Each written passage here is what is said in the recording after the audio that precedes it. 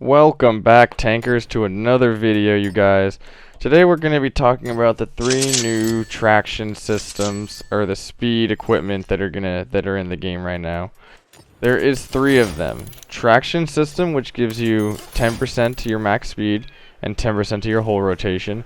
And then there's powertrain, which gives you 5% to max speed and 5% to max horsepower. And then there's also gas, which also gives you a 5% to max speed. So as you can see, I have my speed right there. I just took all the equipment off. Spoiler alert, I don't like it. It's at 72. My max speed with all of that stuff on the tank is 88 kilometers an hour. From 72 to 88, that is insane, you know. But I'm gonna explain why I don't like these for fast tanks, at least. With a bunch of examples. I have a lot of gameplays here I've just cut up into little teeny pieces. And the first thing I'm going to show you is just it getting up to speed, you know. Flat surface, a little bit downhill actually. And as you can see, we're just flying. 87, 80, 86, 87 is what you're going to be pretty much going in the T100. And I have a fully kitted crew, by the way. And the first thing I'm going to say that I don't like about this is that it makes your tank so hard to control. You're going so fast that like here, I couldn't even stop.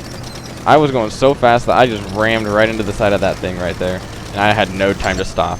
Something else you're going to notice is that every little bump you hit, and if you get air, you've lost control right there. I barely went off a little teeny bump where my tracks weren't touching the floor, completely lost control of my tank and rammed into the wall.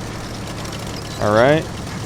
This is my first game in it, so I'm still getting used to this tank. But right here, hit a small bump. I pressed my handbrake for a second just to get around that corner, and it almost throws me into a 180 into that wall. Your handbrake movements now in this tank are going to be completely different. Here's the next example I have, is when I'm trying to go down a hill. And when you're moving, you're moving. Okay, there also just could not stop. That wasn't really a big deal. But right here, when I'm going down this hill right here, you are moving, you are flying, and you are just... It is so hard to control your tank, you guys. It's like, I can't explain. It's pretty much like driving on ice. Little bump right there sends my tank flying to the side. And when your tank gets off of the ground and goes and lands sideways or diagonal like that, you're losing speed. You're no longer being able to use your 88 kilometer an hour top speed. You're going at like 60 or 70. Now at the end of the day, I've tried to get as much video footage of me driving around with these equipments as I could stand. So I do have a lot more examples here of stuff that I'm saying, but you're going to pretty much have to decide for yourself on whether you think that this is worth it for you or not. To me personally, for a fast moving tank, you don't need any of the equipments on there. If you had a tank that was somewhat slower, maybe a medium or a heavy, that you just wanted to get a little bit faster but not stupid fast, then sure, 100% this would be great. See, lost it right there again. Lost it again right there again almost. It's just super hard, and every time you make a little mistake like this, you're losing speed. Alright, next example. Now that you're so fast, you can get some early spots that you just didn't even think was possible before. I was just driving regularly on Sand River, and next thing you know, I'm in the enemy base, and I've overextended myself.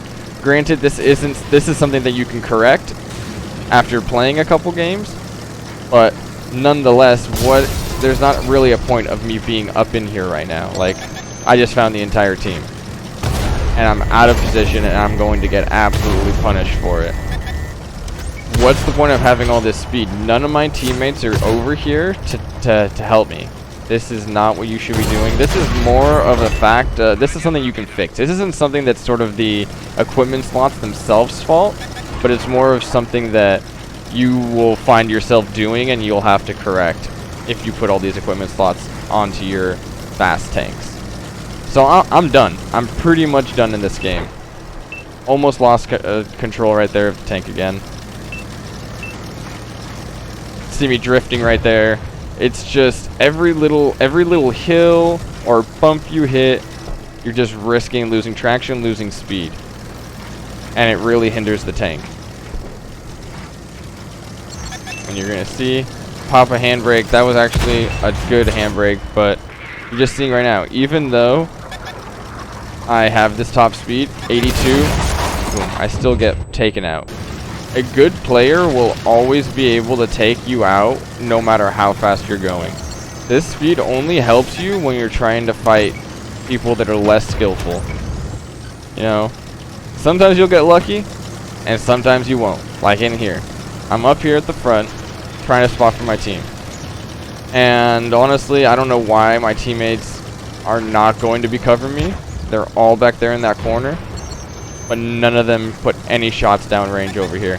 So I've got a QL over here. I'm on my side of the map, poking up every once in a while to get some spots. Almost lose it right there. And now you're gonna see this QL knows how to aim. Not right there, granted, but he does know how to aim here in a second. And it's just gonna go to show you that even though I'm going 70, 60 kilometers an hour, this guy's still gonna repeatedly put shots into me. I'm not even able to get up to my top speed of 88. I'm only being able to go like 78 or 80 right here. And it doesn't matter. That ship barn stuck fully out right there, and my teammates didn't even shoot him. Like, granted, my teammates should have done something there, but... Alright, here's another example of why this good players will just be able to hit you no matter what speed you're going. I activate my gasoline here too, and I hit a small bump.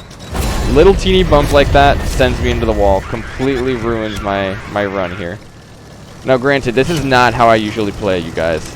I'm doing this strictly for educational purposes to see what this tank can do and what it can't do. Like, here's where you see the speed working a little bit. I'm moving, I'm going fast, I'm a couple 100 meters away from enemies and they're missing. But see, as soon as you hit a small bump or lose any of your speed, you're done. You're back down to 52. This is a very situational thing, where if you're not driving on completely flat land, then you're not going to be able to keep your speed. Here it goes again from the opposite direction. So now I'm going downhill faster. 85 kilometers an hour. Now, granted, nobody shoots me. I am targeted. Maybe that's because they didn't think they could make the shot and they want to waste it.